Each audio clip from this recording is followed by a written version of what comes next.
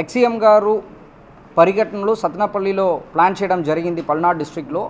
దాని గురించి morning around 9:30కి ఒక 35 వెహికల్స్తో పాటు కాన్వాయ్ ఒక 11 వెహికల్స్ కాన్వాయ్తో పాటు అరౌండ్ 35 వెహికల్స్తో పాటు తాడేపల్లి నుంచి స్టార్ట్ అవ్వడం జరిగింది.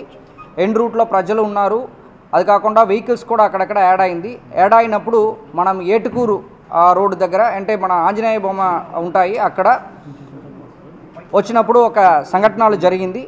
దాంట్లో ఏంటంటే మన చెల్లి సింగయ్య అనే వ్యక్తి లింగళాయపాలెం విలేజ్ నల్లపాడు లిమిట్స్లో ఉన్న వ్యక్తి యాక్సిడెంట్లో చనిపోవడం జరిగింది. అక్కడ జరిగినది ఏంటంటే AP 26 CE 0001 అనే టాటా సఫారీ వెహికల్, అది కాన్వాయ్ భాగం కాదు, ఒక ప్రైవేట్ వెహికల్.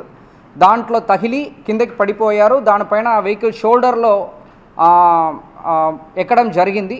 దాని తర్వాత ఆ పర్టికులర్ చెల్లి సింగయ్య అనే వ్యక్తిని సైడ్లో పెట్టడం జరిగింది. ఎవరు కూడా వాళ్ళని మళ్ళీ పట్టించుకోవట్లేదు.